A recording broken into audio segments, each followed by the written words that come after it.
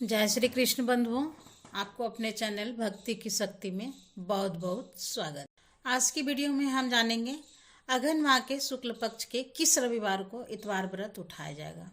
कौन सा इतवार व्रत उठाने के लिए शुभ रहेगा, 23 नवंबर को या फिर 30 नवंबर को। कहीं कोई रविवार पंचक में तो नहीं पड़ रहा है।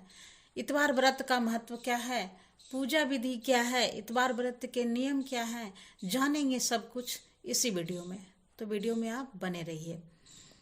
दोस्तों, इतवार व्रत हम सूर्य देव को प्रसन्न करने के लिए करते हैं, जिससे हमें संतान सुख की प्राप्ति होती है, धन वैभव ऐश्वर्य मान सम्मान भी मिलता है, स्वास्थ्य लाभ भी मिलता है, चर्म रोगों से भी छुटकारा मिलता है, शत्रुओं का नाश होता है। रविवार का व्रत शनिवार के दिन नहाय खाए से शुरू होता है और शनिवार के दिन सुबह सवेरे उठे, नहा धोकर स्वच्छ वस्त्र पहने, सूर्य देव को अर्घ दें और शुद्ध सात्विक भोजन बनाएं। भोजन में आप अरवा चावल, चने की दाल और लौकी की सब्जी मुख्य रूप से बनाएं। खाने में लहसुन, प्याज, सादा नमक या सरसों का तेल का इस्तेमाल बिल्कुल भी नहीं किया जाता है। इसके बाद आप अपने लिए जब भोजन निकालते हैं तो सबसे पहले आप गौ माता के लिए थोड़ा सा भोजन एक पत्तल में या थाली में, जो उसमें भी हो, तो उसमें आप निकाल दें और गौ माता को खिला दें। यदि तुरंत मिल रही है गौ माता तो ठीक है, नहीं तो उनके लिए आप निकाल के रख दिए, बाद में भी उनको खिला देना है। उसके बाद रविवार के दिन सुबह सवेरे उठें, निर्जला व्रत रखें। सुबह सवेरे आप अपने सारे काम निपटा लें और 12 बजे के बाद जब सूर्यदेव पश्चिम दिशा की तरफ चले जाते हैं तब नहा धोकर स्वच्छ वस्त्र धारण करें। उसके बाद सूर्यदेव को जल दें। जल देने के लिए तांबे के लोटे का इस्तेमाल करें और उसमें थोड़ा सा गंगा जल मिला लें। नहीं हो तो गाय की यदि कच्चा दूध आपको मिल रहा है तो वो दूध मिल जाए तो बहुत अच्छी बात है, नहीं तो आप गंगा जल ले लीजिए और उसमें जो थोड़ा सा स्वच्छ जल इधर से मिलाकर उसमें गुड़ मिलाएं, थोड़ा अक्षत मिलाएं और थोड़े से लाल सिंदूर या लाल रोली मिला लें और उसमें एक लाल फूल डाल दें। सूर्य देव को जल चढ़ाने के लिए या पूजा करने के लिए ज़्यादा से ज़्यादा हम लाल चीज़ों का इस्तेमाल करते हैं, क्योंकि सूर्य देव को लाल रंग ही पसंद है। इसलिए आप कोशिश करें कि सूर्य देव की पूजा में आप ज़्यादा से ज़्यादा लाल चीज़ों का इस्तेमाल करें। सूर्य देव को जल देने के लिए 2 से 3 बजे का समय शुभ माना जाता है। तो इस टाइम में आप सूर्य देव को जल दें और फिर विधि विधान से पूजा कर लें। जिस तरह से आप रोज सभी देवताओं की पूजा करते हैं उस तरह से सभी देवी देवताओं की पूजा कर लें। उसके बाद रविवार के दिन एक बार मीठा भोजन किया जाता है। अघन के इतवार में गाय के दूध के साथ नया धान का चूड़ा गुड़ खाया जाता है। इसके बाद आप चाहें तो गुड़ की चाय भी ले सकते हैं। अगर बिना चाय के रह लेते हैं तो बहुत अच्छी बात है, लेकिन जो भी खाएं सूर्यास्त होने से पहले खा लें, क्योंकि सूर्यास्त होने के बाद पानी भी नहीं पिया जाता है।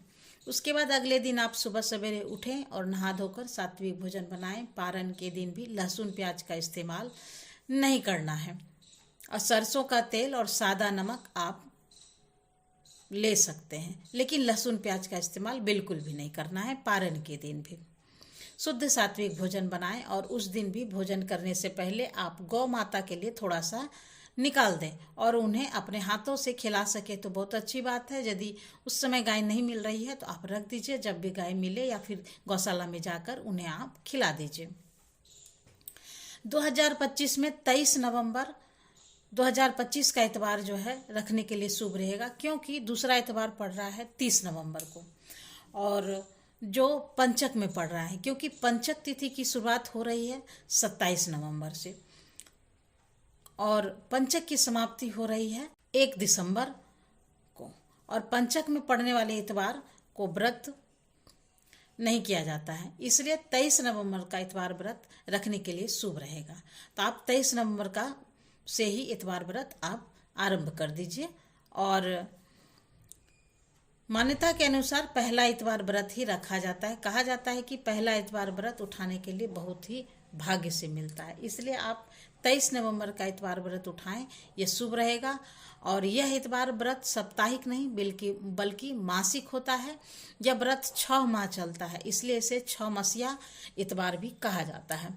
इस इतवार व्रत को हम अघन माह के शुक्ल पक्ष में उठाते हैं और वैशाख माह के शुक्ल पक्ष में अर्घ देने के साथ व्रत का समापन कर देते हैं। अगर माह के शुक्ल पक्ष में व्रत उठाते हैं और दूसरा इतवार व्रत हम पौष माह के शुक्ल पक्ष में करते हैं, तीसरा इतवार व्रत हम फागुन माह के शुक्ल पक्ष में करते हैं, आप चाहें तो फागुन माह के शुक्ल पक्ष में इतवार व्रत रखें या फिर पंडित जी को सीधा देकर इतवार व्रत का उद्यापन भी कर सकते हैं। चौथा इतवार व्रत हम चैत माह में शुक्ल पक्ष में करते हैं और पांचवा अंतिम रविवार व्रत हम वैशाख माह के शुक्ल पक्ष में सूर्यदेव को विधि विधान के अनुसार छठ पूजा की तरह अर्घ देते हैं और व्रत का समापन हो जाता है। तो यह भी इतवार व्रत के बारे में संपूर्ण जानकारियाँ, और जिस तरह से अघन माह के शुक्ल पक्ष में नया धान का चूड़ा, दूध और गुड़ खाया जाता है, इसी तरह से हर इतवार में अलग अलग तरह की चीज बनाकर खाए जाते हैं। तो पौष माह के इतवार व्रत में किस चीज का प्रसाद बनाकर खाया जाता है बताऊंगी अगली वीडियो में। जानने के लिए चैनल को सब्सक्राइब कर लें, और जानकारी अच्छी लगे तो वीडियो को लाइक करें और शेयर करना तो बिल्कुल भी नहीं मिले। तो फिर मिलते हैं एक नए वीडियो में नई जानकारी के साथ। तब तक के लिए नमस्कार। Thanks for watching.